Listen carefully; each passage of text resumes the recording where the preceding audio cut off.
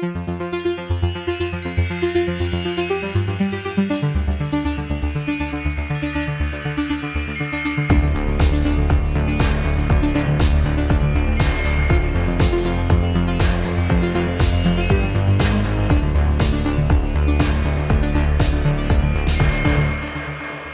to Every Horror Movie on Netflix, the podcast where we watch, review, and discuss every horror movie on Netflix.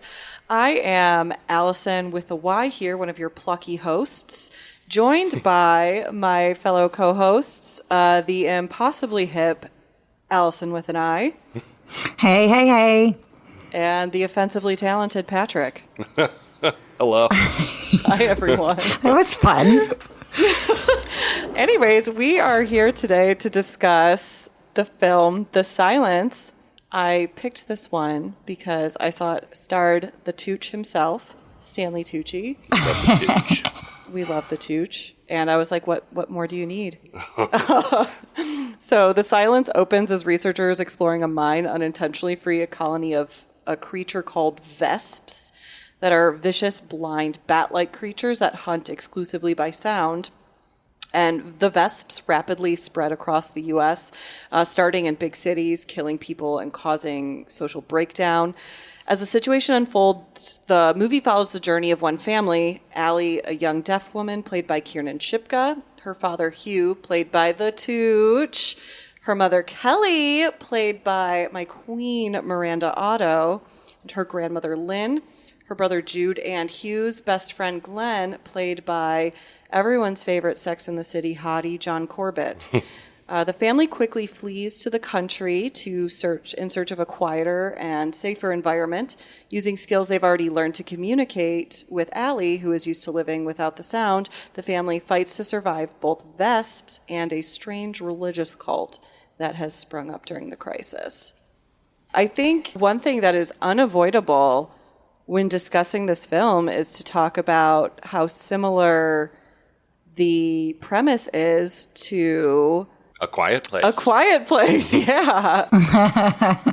Very, very similar premise, for sure. Also, wasn't there, actually now was there like a deaf or hearing impaired character in A Quiet Place? The daughter. Too? I thought, Yes.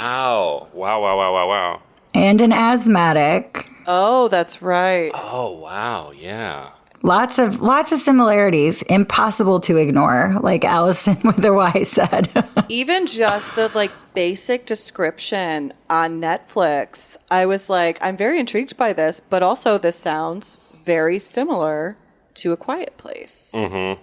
Yeah, and there's some interesting history to dig into there as well, because A Quiet Place was 2018, this was 2019, and this movie is actually based on a book, which is 2015. So then, in my research process, I was like, oh, so maybe it's Quiet Place ripped off The Silence, but A Quiet Place, the writers actually began writing it in 2016 and came up with the idea years before that when they were in college. I guess it does beg the question, did they at some point read The Silence and say, hey, let's put a deaf character in A Quiet Place or something like that? There's just kind of some interesting questions of the family history of these two ideas, because it seems like A Quiet Place, like the basic seed of this concept, came up long before the Silence book came out, but then certainly I'm like, okay, so maybe Quiet Place did take a few ideas from this book. It's right. Just hard to know, because I'm sure no one involved would ever quite cop to it, but it's interesting. The PR around A Quiet Place was huge. Like I had barely heard about this movie, given that they were released within a year of each other. But Quiet Place, you couldn't avoid. It was everywhere. Mm-hmm. Huge blockbuster hit, huge numbers at the box office. So that was a big difference. There were some big names there, right? Emily Blunt and John Krasinski, who everybody's favorite married couple, producer team. Yeah.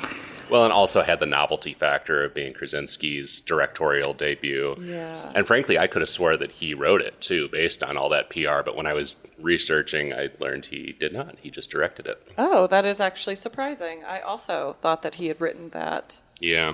But yeah, certainly, at the very least, I'm sure Netflix executives were salivating when they realized that they had this on their hands a year after A Quiet Place comes out. It's like, It's that classic thing where it's like, it's not the same thing, but people are interested in this basic concept. And so you're probably going to get more people watching it on Netflix because people are fascinated by this other movie that has such a similar premise. Yeah. Do you think at any point they were like, oh shit, we've already started making this movie and now we can't back out and it's too close to the other? Like, I'm sure that they had to spin it in a positive way to keep morale and production rolling. But like on the flip side of that, it's like, oh, people like The Quiet Place, so they're going to love this. And the flip side of that is like, fuck, this is the same.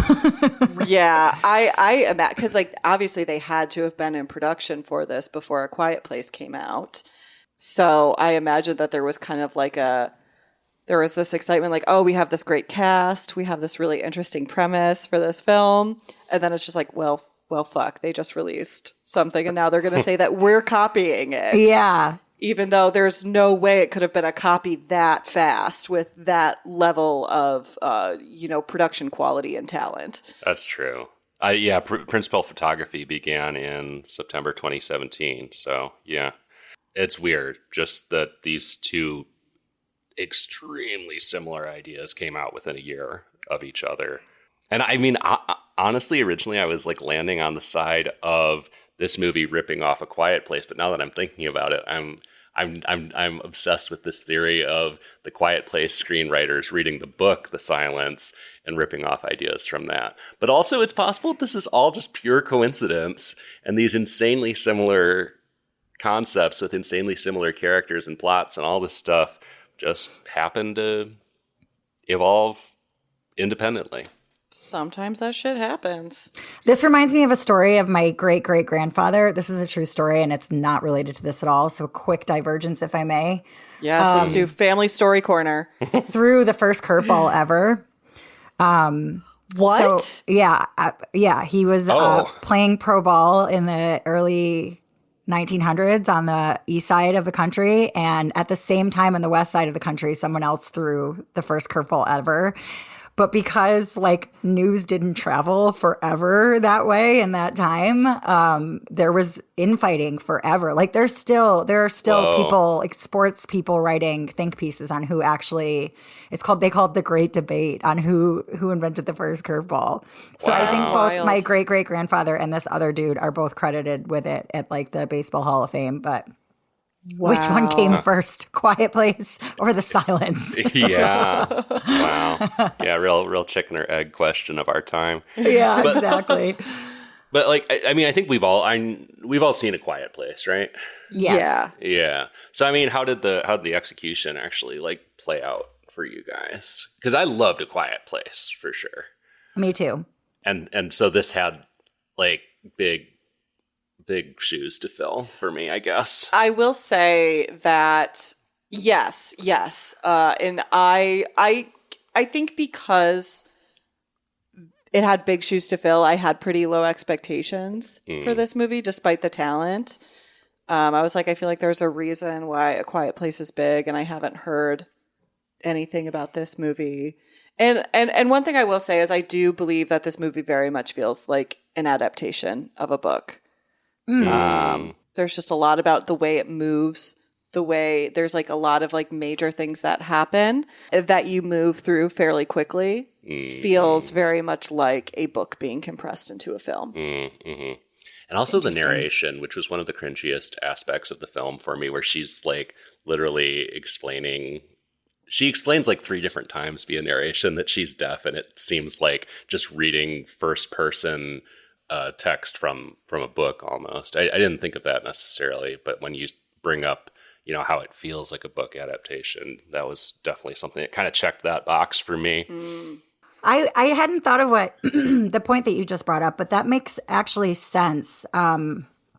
I was going to talk at some point about the pacing of this, but I did like the pacing of it. I think it packed a lot of punch. I think, like Patrick said, I was expecting that this movie had big shoes to fill. I also loved A Quiet Place. So I tried to approach this as like, let it be different, but similar. Like, let it be part of a similar subgenre, right? Like if we're going to make a subgenre out of, you can't talk movies. Yeah. instead of competing with each other, let's make them friends, you know? Yeah. So because of that, I think I was able to appreciate this and not feel the need to compare the two the whole time. Sorry, now I'm getting distracted because I'm like, when did Bird Box come out? Because that's I was going to talk about Bird Box too. Yeah. That's another, like, you know, Yeah.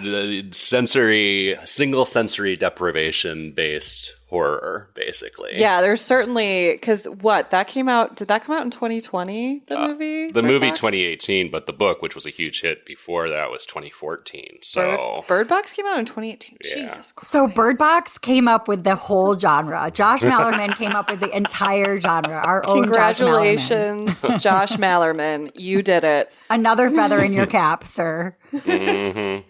I'm glad you brought up Bird Box because I could not think of that while I was watching this too. Yeah. It's definitely another similarity there.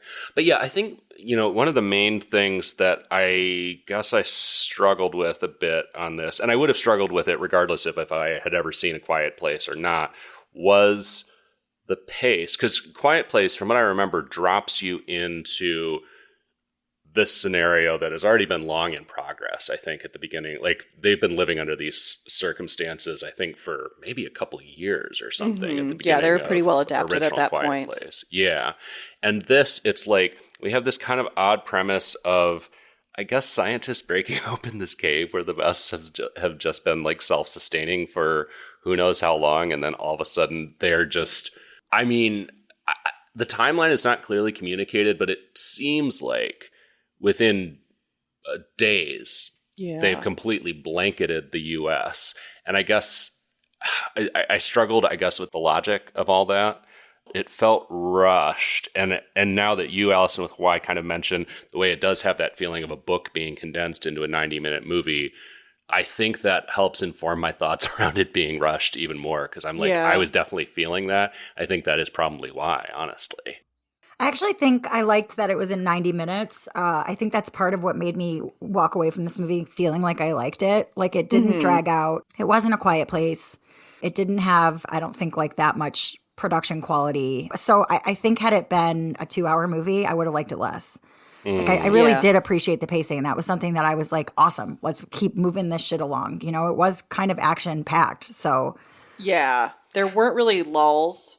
And the you know, no pun intended, but the quiet moments felt very intentional, and there wasn't too many of them, so they had a little bit more of kind of an emotional punch. You got to take a breath, but it was very selective, and I liked that about it. To kind of veer a little bit, because Patrick, you mentioned the narration of it. That kind of brings me to performances. Yeah. What did y'all think about the performances in this film? Well, I mean, I'm probably already nodding too much in the direction of my review, but I think this movie doesn't deserve its cast. It's a great cast. Like, I mean, we talked about all, like, people we love. Like, we love the Tooch. We love the Tooch's jeans commercial, which I promised last episode I was going to not be able to avoid bringing up on this episode. Go look that up if you haven't seen it before. You'll think about Stanley Tucci in a whole new way. But I mean, incredible actors in this, and I think they all do well enough. It's just in service of something that didn't. The movie itself didn't work that well overall for me, but that's not really any actor's fault, I would say. Allison with an eye, what were your thoughts on the performances? Powerhouse actors. I think they acted their asses off. They did what they could with the script. I appreciate what you said, Patrick, but I also think they made this movie better, much better. The movie didn't deserve those actors, but the actors took the script and made it a better movie, right? Of course they did. I'm obsessed with Stanley Tucci. The whole time I was just wishing he was my dad. Yeah.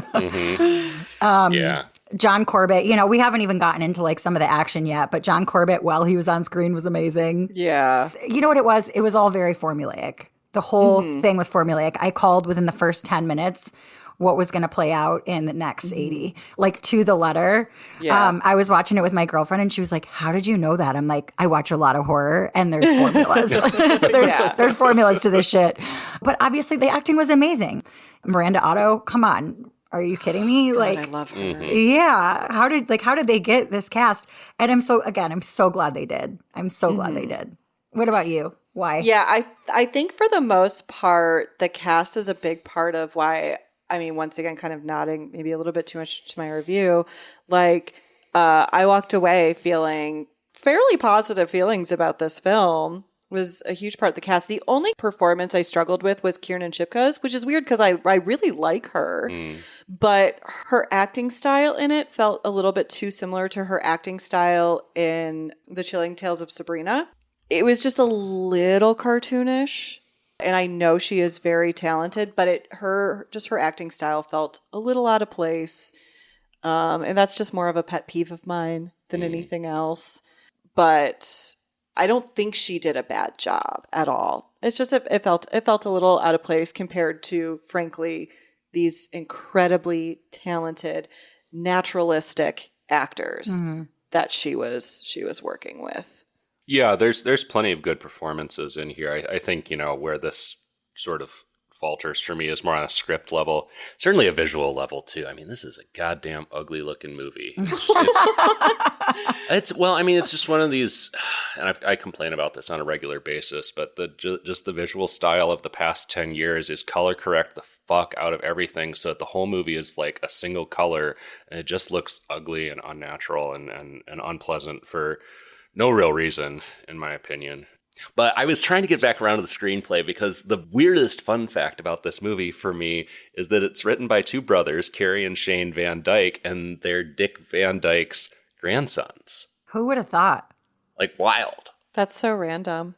And Shane has quite the track record. He also wrote an Amon film that we reviewed in the past that I don't think fared too well on the show, Chernobyl Diaries. He also wrote Don't Worry, Darling, which another rather notorious movie of the last few years, which I still haven't seen personally. So I'm not gonna smear it, but I know it generally wasn't too beloved. And he also wrote Titanic II for Asylum.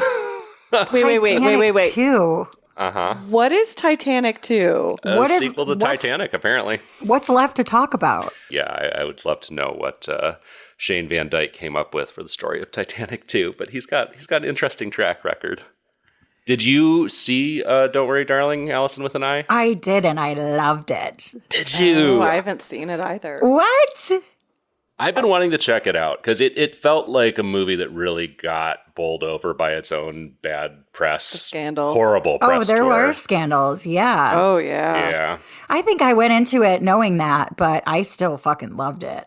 Yeah. It's just like a sexy movie, and Allison why you will love the costumes. It's set in the 1950s, the cars, the dresses, the tapestries, the textiles, the mid-century modern homes. I was like salivating over that alone. And then Florence Pugh and Harry Styles, like, are you kidding me right now? Fucking yes. They are both very hot, so. Olivia Wilde, I happen to absolutely hate, so I could take or leave her performance, but.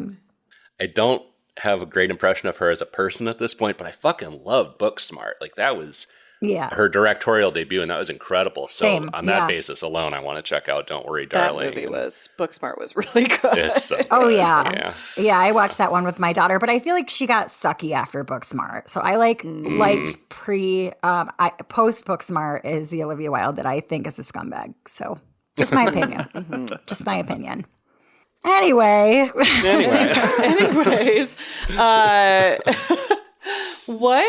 I'm wondering what y'all's thoughts are on the portrayal of Kiernan Shipka's character's deafness, because at the beginning they very blatantly said that she had only become deaf a few years prior, right? Which explains some things. Like how she spoke so well, how she spoke so clearly and what seems like very normally. But I was like, she's very, very good at lip reading, because half the time the Tooch wouldn't do any sign language. Yeah. I noticed that a few times, because the rest of the family, I think, signs to her, but he only does half the time. And I'm like, did the Tooch like not learn all the ASL that he was supposed to before he did this movie, or what happened here? There was one scene where he's standing outside of her bedroom and talking to her about her day or whatever, and I remember trying to see myself as if I were someone with a hearing impairment, and if I could lip read what he was saying because he was not sighted. Yeah, yeah. And I was like, I would be terrible at this. Well, especially because I think in that particular moment, it's dark in her room. There's like hallway light behind him, so he's backlit. So it's like, yeah, this would be rather challenging for lip reading. Yeah, which I'm a terrible lip reader. I cannot read lips, so what do I know? But I also was kind of thinking about that in that exact same scene.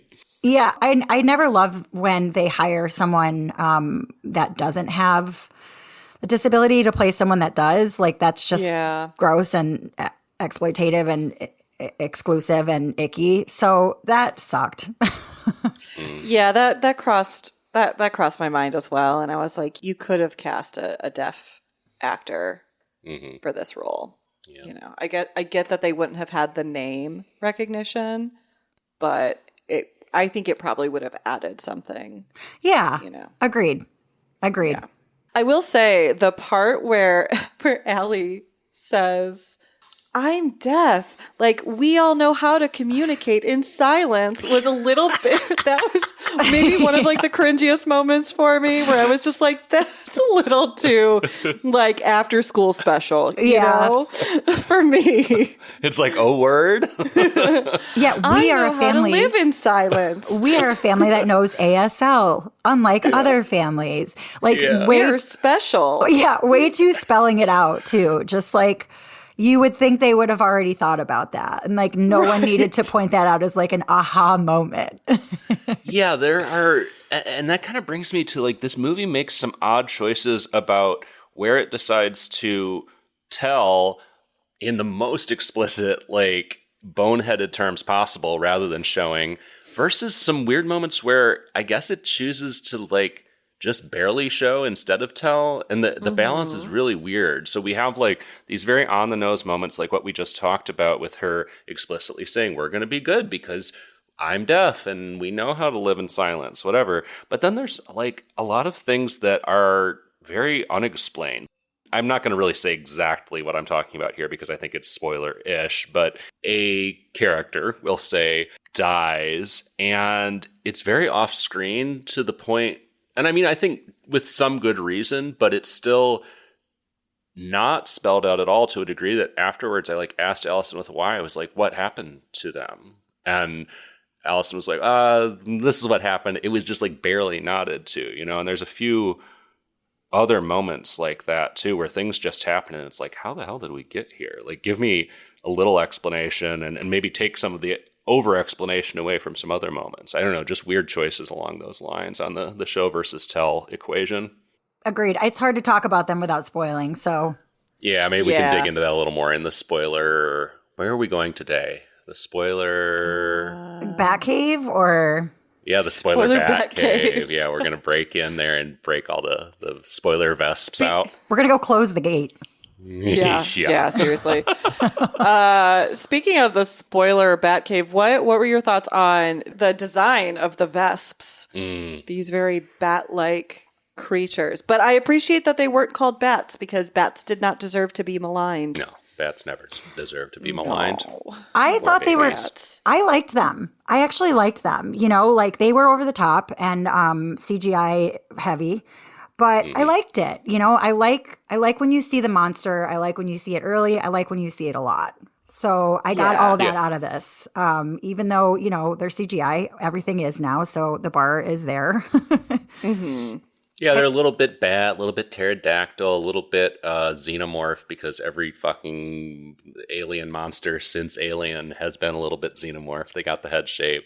But I liked it. They were a unique, creative hybrid of a few different fictional and non-fictional creatures that I find captivating to begin with. I really enjoyed the creature design of them. And one of the things that I really enjoyed about the creature design was that they weren't like massive monsters. And I just because so often with these creature films, the monsters are huge. Yeah. Well, like A Quiet Place, those things are huge. Yeah, they were huge. Right. Yeah. Exactly. So I like that it wasn't so much their individual sizes that were necessarily the issue. It was just the fact that there were colonies of them and massive amounts that would basically swarm. Strength in Yeah, numbers. they were swarmy. Which is terrifying to me. Mm-hmm. So much scarier than like a massive thing is a swarm of something to me. Yeah. Mm-hmm.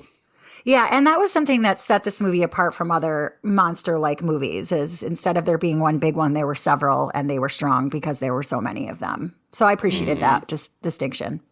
Mm-hmm. Yeah, I mean, when they're just like swarming a car and their bloody claws are like smearing all over the windows and shit, like that's good. That's And you good have stuff. no That idea works. how many of them there are or how Right. they're reproducing, or rather than just being one that you have to take down, there's an infinite number, presumably. Right. Yeah. Which is kind of why I, wished for more of the sense of time having elapsed and this situation having progressed more, because again, it just did not compute in my mind that this many of these things had blanketed the entire United States in such a short period of time. And so like either just give me a big old flash forward to explain that, or show me the very beginnings of it where there's just a few of them kind of starting to fuck things up. Because that's scary too. It was just, there was that leap to them already having basically taken over the country where I just couldn't kind of track with that. So my understanding was that they hadn't taken over the whole country yet. Well, I'm exaggerating, but they had like... They had like made a significant concentrated impact. in large cities on the East Coast. Right. And were making their way west. Mm-hmm. The whole of society hadn't broken down yet. There was still electricity, there was still signal, like phone signal, stuff like that. And like they were getting radio transmissions for like the news and stuff like that. So all of society hadn't, broken down yet at that point. Though it certainly seemed like it was heading there. Yeah, I mean, I'm exaggerating, obviously, when I say like blanketing the entire country. It was still just, it didn't compute for me the sheer amount of them that seemed to have spread out over a pretty significant portion of the country in like what seemed to be a very short time. Yeah. So, okay, I kept having this thought, and I was sharing it with my girlfriend who I was watching it with, who is a budding horror movie. She's not a budding horror movie lover. She tolerates horror movies to hang out with me. That's nice of her, though. Yeah. She's the one who I coined like this movie is like mild salsa, medium salsa, hot salsa. Yeah. This one was mild salsa, I would say. But the whole time I'm like, that's not how that would happen. That's not how that would happen. Our military wouldn't respond that quickly. We would not be that organized like the entire fucking time, right? Because like we lived through a pandemic. We saw everybody fucking not know what the fuck was going on. Granted, we were not being guided by an administration that had any sort of competence, but like the entire time, I'm like, we are absolutely so unprepared for something like this to happen. Mm-hmm. Yeah. Oh, Yeah. absolutely. Yeah. No, I agree with that very much. Where it did kind of pleasantly surprise me was it addressed some things that I found implausible at first. So like Allie is conspicuously on her iPad like a lot in this movie. They've sized up the text a lot so you can really see it on your screen, which I found funny. And at first I'm like, okay, things are falling apart to at least some degree. How is she still able to like charge this iPad? How does she still have service? And as the movie went on, she does lose that service. And so I was like, all right, good job. That makes sense. Yeah. And but then she gets it back. Oh, yeah. Inexplicably. Although, honestly, I guess I'll give it a pass on that, too. Because I bet in real life, that probably would happen. Like, things would go down, and then you might, it'd probably be patchy before, like, you just lost all your, like, connections and that sort of thing. And in fairness, when she got it back, like, they had moved locations. That's true. Right. Yeah. They were using some different towers. Yes. Yeah. We really need this to be technologically practical, folks. Yeah. Be consistent. Yeah.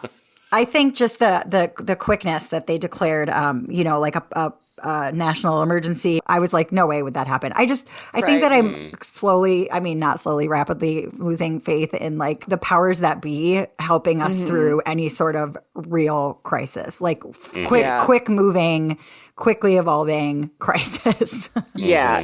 With something like that, if that were to happen in real life, they would try to hide it for as long as they possibly could first. Yeah. Exactly. Pretend like nothing's happening. Exactly. Until people were rioting in the streets, and then you have that whole like, is the monster worse than your fellow human, which is accurate, But yeah, and I'm not always a stickler for, I guess, realism in movies. It kind of depends on the tone and the genre of the thing. But something like this, where this plague of vesps kind of stands in for any other, number of real life disasters, whether it's COVID or something else. And part of what makes a movie like this interesting is seeing how it does portray what happens to society and how people respond. And so this is the kind of movie where if it's not nailing those points in a way that feels realistic to me, it loses me. And it succeeded on some fronts, like I was talking about with her iPad signal or whatever, more than others. But overall, I was doing the same thing you were, Allison, with an eye internally in my head. I just kept being like, I don't know about that. Yeah. And it seems like this would play out a little differently. Yeah, they would totally try to hide it for as long as possible, even though we were panicking among ourselves and like had a grip on what was going on, but making all kinds of assumptions. Yeah. One thing that I do think would happen in real life is the man versus man element here of some of these like religious. You mentioned it in the synopsis, Allison with a Y, but some of these religious freaks that pop up that I think will inherently, even when there is going to be some catastrophe like this. I'm not saying inevitable. The vesps are coming, but right. But the religious cults are. Yes, they are here already. They are here. They're voting. Oh, God. Yeah, that was definitely a thought that occurred to me while watching it. I was like, okay, obviously the vesps don't feel real to me, but this, because Allie at one point, she's like seeing all of these articles about how religious cults and like extremism was rising during the emergency. And I was just sitting there being like, oh, that's too fucking real. Yeah, the real horrors of it all. That was something that felt, I mean, I guess I could certainly see that happening in such a situation. I think it was another thing where it felt rushed to me because it comes, I don't know, maybe 2/3 of the way into the movie, and all of a sudden there's this scene where it's just her looking at all these pictures and articles about like crucifixions and weird cults and whatever as like one of the main side effects of what has happened. And I think it might have worked better if I had a little more sense of what else was going on in the world as a result of this besides religious cults popping up.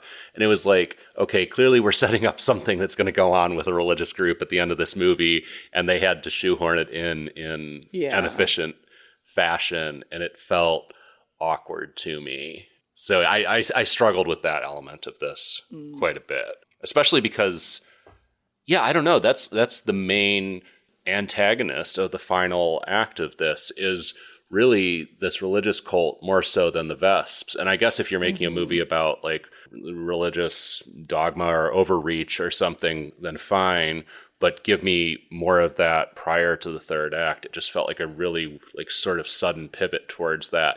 I wasn't invested in it at all. I was invested in the family, actually, to a decent degree, because again, like we've talked about, we have, strong set of actors playing maybe not the best written characters in the world, but I wouldn't have minded at all if we just focused more on their continued kind of struggle against the vesps instead of all of a sudden bringing in this cult. I wonder how much of the cult shows up and the religious elements show up, because I tend to agree with you, Patrick, that it didn't feel totally fleshed out. I wonder how much of it showed up in the book versus the movie. That's what I was wondering. If there's like a lot more detail in the book. There had to have been, because for people that read the book and then saw the adaptation of the movie, I wonder if, like you said, they shoehorned this religious cult in kind of like weirdly and clunky, in a clunky way. But maybe it was to at least appease or to help with the people that had read the book that needed to see that, portrayed.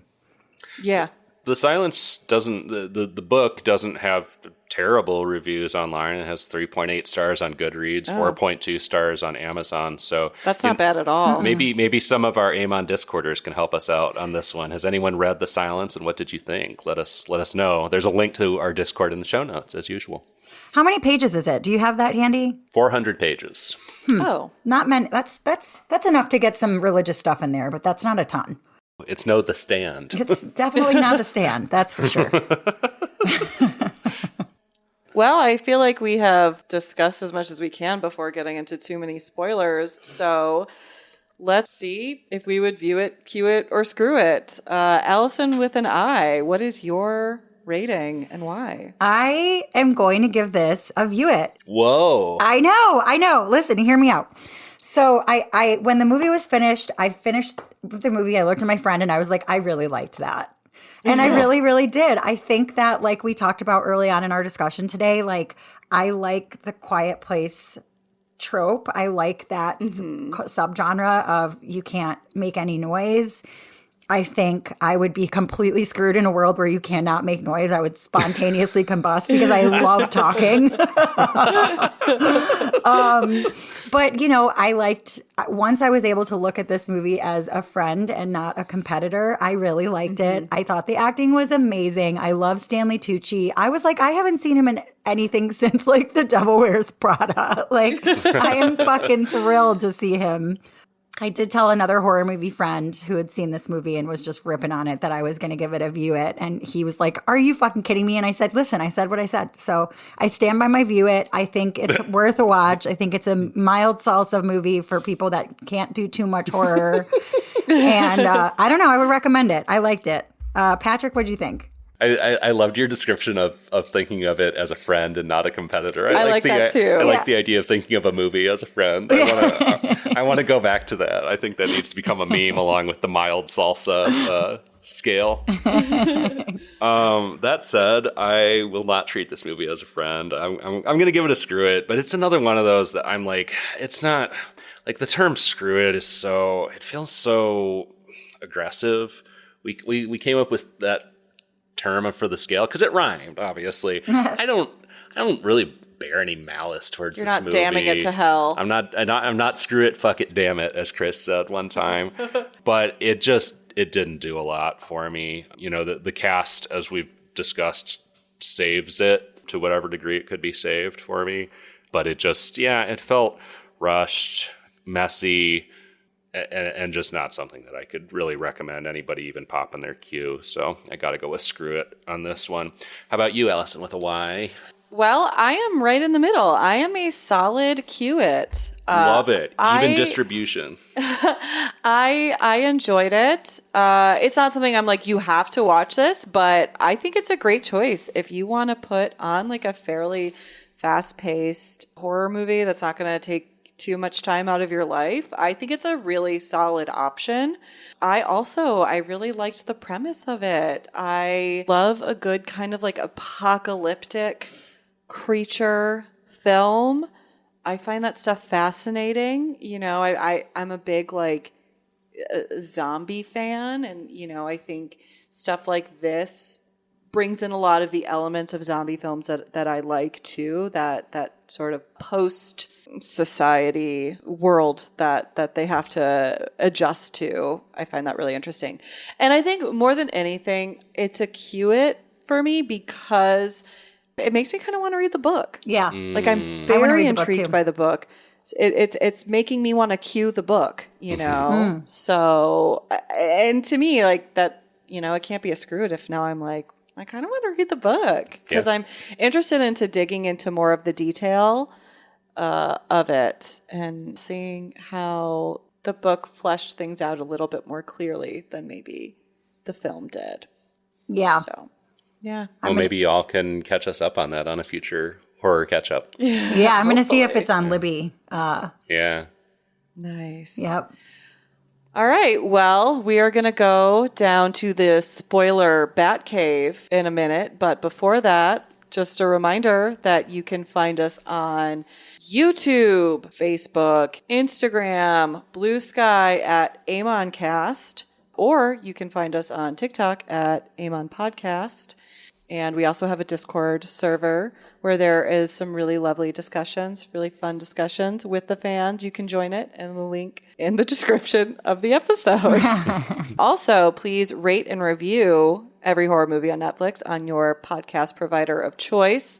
If you rate it 1 star, we will send Vesps after you. So...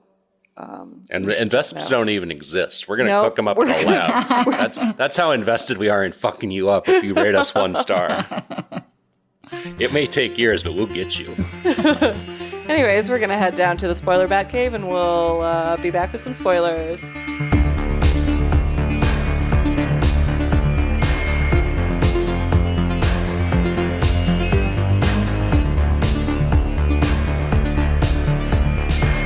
All right, we are down in the spoiler bat cave, ready to talk about some of the more, gory details of this film in some cases. Who dies? Yeah, who lives, who dies, who tells your story. Yeah. There wasn't a ton of gore, and that's part of what made me think mild salsa for this. Yeah. Yeah, I mean, clearly the people's deaths were brutal, but you didn't see too much. Well, yeah, and that brings me back to, I think, I guess the second kind of significant death in this is the dog. There's a beautiful, was it a Rottweiler, I think? Rottweiler. Yeah. And that dog is unfortunately shot early on because the dog's going to fucking bark. And, what are you going to do? The dog's just going to sell everybody out because you can't tell a dog to stop barking, so they have to shoot the dog. But He was not shot, Patrick, because that would have made too much noise. He broke his neck. Oh, yeah, that's right. He broke his neck. But see, but I had to have Allison explain that to me because it was, how did they even explain that? It was just... Because it breezed right over my head. Tucci basically, he just walks up to Allie, who is clearly, very upset, really sad looking. Yeah. And just, he was like, it had to be done. I know you're upset with me, but it had to be done. Yeah, so the dog was barking. They were all in the car.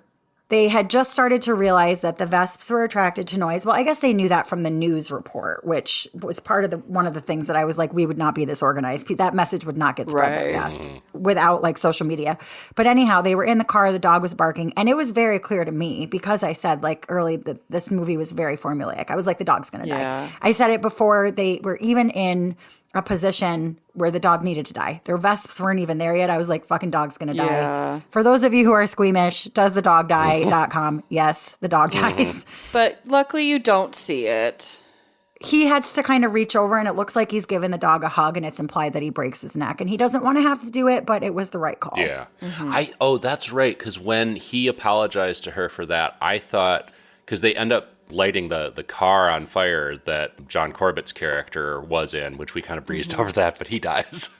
And I thought that he was apologizing to her basically for blowing up this guy who almost had an uncle role to her. I thought he was apologizing for that, and it didn't register with me until a few minutes later. I was like, "Where's the dog?" It was so sad. That's interesting. Yeah.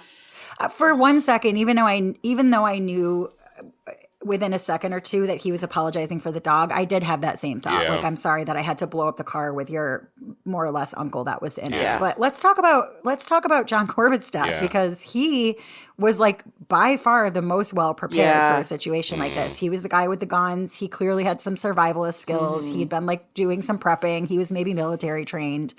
And then he's dead pretty quick. I mean, really early into the second act, I would say. Yeah, and what leads to his demise isn't initially the Vesps. He's driving in a van ahead of the main family, and a herd of deer runs out in front of the cars, and he ends up just careening off the road, and his car rolls down, a pretty large embankment. And his leg, I think gets irreparably injured, crushed. Yeah. And then Vesps start to show up, and he basically realizes that in order to get the Vesps away from the family, he needs to make some noise, which means, and he basically figured he was a goner by that point anyways. Which I have so many thoughts about this, and the folks over at r/horror on Reddit agreed with me. It was like, fucking first of all, they barely tried to get him out of that car. Barely. The Tooch like tries to crowbar it open or something for like 2.5 seconds. He like Literally sadly the whole pulls scene. out the handle of the The whole scene between them finding him, which turned out to be gravely wounded, and them just giving up was like 15 seconds. It was like, that's how much his life was worth. And I get we don't have a lot of time, but everyone on Reddit was like, you could have literally tried with 2 people. You could have tried going in a different door. Like, and that bugged me a little bit. But I when I said earlier that I predicted the whole formula to my friend before any of the action started, I was like, Glenn's going to die in a heroic way, and the dog's going to die. Yeah. And then those 2 things happened like 10 seconds apart. Yeah, literally. And then we have the grandma who Allison with a Y called as having cancer. I thought right? she had Like, very cancer. early I mean, on. she was not well. She was hiding some illness from the kids and the family. So I was like, she's going to self-sacrifice herself because she knows she doesn't have anything else to live for, and she does, and she saves. Well, that's when the cult shows up. Yeah. Actually, so we should probably talk about the cult. Yeah. I feel like I already said what I had to say about the cult, which does not at all mean that we've said everything there is to say. I'm just like, nah. So basically, the cult scouts the Reverend scouts Allie and Tooch while they're on a mission to basically get antibiotics for Miranda Otto's character, who got her leg hurt. Her leg was swarmed by vesps. She survived, but it was fucked up, and she needed antibiotics. Anyway, so they go into town, and they're scouted by the Reverend. The Reverend tries to recruit them. They say no, thank you. Yeah, and then basically later the cult shows up, and they want to take Allie because, according to them, she is fertile, which is booked. And also, how would they know? Well, because she's a teenage girl. They just meant she was young. That was it? Okay. She's of like reproducing age. One thing that did bother me, and I think had Glenn's character not been killed off so early, I was screaming at my TV. Like, first of all, when they first see this cult leader in town, I'm like, fuck that guy. He needs to go immediately. Yeah. Like, no mercy. No mercy. You have a family to protect. Then when he shows up again at their house in the middle of the night and he's got his followers with him, I was screaming at my TV. If Glenn was still alive, he would have shot him. He'd be dead on sight. Yeah.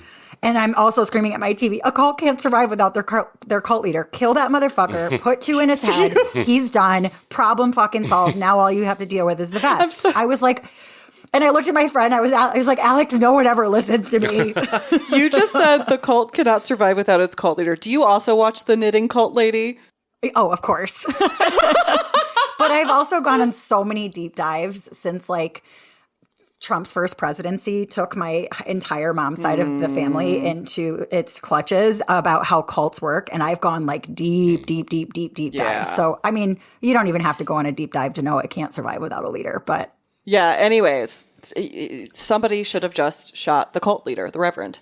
Immediately. Yeah. Immediately. Yeah. And I mean, I think that like also goes back to what I was saying earlier about how kind of uncompelling this whole cult plot line was for me, because it's like we have this unstoppable force of nature that is legit scary that they've been dealing with for most of the movie. And now we have like, 5 guys, And I mean, they're not all men, but it's funny to me to describe the cult as 5 guys, because it's just like 5 normal ass people. It's like you do actually have weapons. And I mean, I'm not, I'm not like a violent person, but also it's just these fuckers are trying to insert themselves aggressively into your life, and this could be resolved very quickly. It wasn't compelling to me. Yeah. Yeah. I get that. One thing that I will say about this film, particularly touching on the cult and how brief it felt like they were part of it, is that there's something about this film that also kind of feels like 3 different seasons of The Walking Dead sort of smashed together. Yeah. Yeah. Yeah, totally. Yeah. No, you hit it on the head. Or 3 separate movies in a franchise. Yeah. It's like you could have the movie about how this happens and starts, A Quiet Place Day One. You could have the movie that's more about, I guess, their everyday survival once it sets in. And you could have a movie that's just all about the rise of cults and how that comes into play around all this. And it's just, I don't know. I just keep coming back to there's more and more evidence as we go on for this just being really rushed. It just feels really rushed. Yeah, the cult thing, they could have done without it, but I do really think it had to have been a nod to something that happened in the book. That they didn't have time to flesh out. But I'm also a non-violent person when it comes to living life in normalcy. But let me tell you what, the minute the apocalypse happens and there's any sort of religious fucking zealots out there, they're getting fucking shot by me. Hell yeah. Hell yeah. It's zero mercy. I have no time to try to litigate with you or to try to empathize with you. If you are in a cult and a religious cult, you are dead to me. Let it be known. I love that energy. Yeah. That is a threat to everyone listening. Yeah. Don't come for me. We're still living in normal times. All right, everybody. So just fucking cool out. I feel like the listenership is fairly biased against those being prone to being in religious cults, but yeah, just in case. Just in case. Just in case. Just in case. And if not, then join me. We'll all join forces together and beat the religious cults. Hell yeah. So I have to say something else. That was a moment of hilarity for me. It was also brilliant. When Stanley Tucci turns on the wood chipper. Oh my God, that was a great moment. Loved it. It was everything. Yes. I was like, fucking brilliant. Yeah. Fucking brilliant use of rural farm equipment. I was so disappointed when it got clogged up with too many vesps. But I was like, you could take the whole fucking thing down just like this. You just need like 5 wood chippers. Yeah. Yeah, because they're attracted to loud noises. And yeah, it was Wood great. chippers are fucking loud. Awesome. Loved it. And blind, and they're stupid. Yeah. Yeah, that was a great moment. Highlight of the movie for sure. Yeah, but we said before how the grandma dies. The cult gets in, they kidnap Allie, and the family is trying to get her back. And basically this kind of fight ensues between the cult and the family, and the grandma self-sacrifices because she ends up entangled with some of the cult members. I don't remember this at all, to be honest. I think she starts screaming. She makes some noise somehow. She makes some noise when she's actively fighting with multiple cult members. She makes noise to draw the vesps to them, and the vesps attack them. vesps. Stanley Tucci gets stabbed. Yeah, he gets with a big knife. He gets stabbed in the side. Well, he ends up being okay. How did the cult leader die? I can't remember. Oh, Tooch gets him. Tooch stabs him, in his chest multiple times with that. Oh yeah, okay. Yeah. Yeah, because the final showdown is the cult sends their mute little girl because they're cutting tongues out of people. They send the mute little girl in as a decoy, and then it turns out that they've gotten multiple cell phones into the house somehow, which I was not shown or told how that happened exactly, and it didn't make a damn bit of sense. It was to implied me. that somebody had gotten in the house though, because the Tooch heard walking around, and there was a window open Yeah. in her room. Yeah, I don't know. That was a disorienting scene for me, but maybe I just wasn't paying enough attention. It was very fast paced. There was a lot that happened in a short amount of time. Yeah. Yeah, they set off all the cell phone alarms to go off at once, almost like a suicide belt on this little girl. Yeah. Ugh. Which was Horrifying. Dark. Mm-hmm. Yeah, and the cutting out of the tongues, I thought that was a nice touch. For slimy, creepy things that a cult maybe would do to as a means to an end, so that no one could talk. Mm-hmm. Definitely. It very much reminded me of Bird Box in that scene, in that whole sentiment, I guess. Mm-hmm. But I think the son, so Stanley Tucci gives their younger son a sharpened stick at one point. And I think the son helps kill the cult leader with Stanley Tucci. Now that I'm thinking about it, Yeah. or something. The son has some cool kill that I'm like, fuck yeah, little guy, way to go, whatever. Yeah. Yeah, I don't know. This showdown, I mean, I don't know. Maybe I was just checked out by this point in the movie, but I also felt like it was very chaotically edited and just difficult to follow. I may have almost voluntarily checked out, but I also feel like the movie had just kind of lost me at that point. Yeah. Yeah, there were some plot holes there. I think, like, at one point we see we're made aware of the fact that these vesps are laying eggs, and they're laying eggs in anything that's got warmth in it. So a dead body, a dead animal, which I thought was going to be a lot more. There was going to be a lot more substance there. Yeah, like they were going to have to deal with the newly hatched vesps after they had just exhausted themselves trying to kill a bunch. I thought there was going to be another arc there, and there wasn't, which was weird. Yeah, I wonder if like the book gets more into that. It almost felt like, oh, this is like a nod to the book, where maybe there was more action around the nests. Well, it leads into the conclusion of this, which is that they decide to go further north because they realize the vesps do well in warm conditions, and that further northern communities are not doing well, so they go into colder territory at the end to presumably survive better. And yeah, it feels like another example of something that's just kind of shoehorned in and dealt with in kind of a cursory fashion. Is this, was this intended as the setup for the sequel that's, shoehorning movies 4, 5, and 6, or seasons 4, 5, and 6 of this into a single movie? Unclear, but that's where we wind up at the end, in the cold, safe or safer from the vesps, and Allie gets reunited with her little boyfriend, who we have not talked about at all so far, but not important. Yeah, I mean, it was a cute relationship, though. Yeah. I thought he was cute. He learned sign for her, and he was a little sweetheart. Yeah, you were pretty convinced at one point that he was donezo. Yeah, when they were communicating, and the communication cut off. So so good for them. Young love. Good for them. She's fertile after all. Yeah, so. they'll repopulate. Yeah, exactly. I think one thing that bothers me about movies like this, particularly the endings, is when there's no like long-term resolution. Mm-hmm. So for instance, A Quiet Place, they figured out what the Achilles heel of these monsters were, and it was this high-pitched sound frequencies.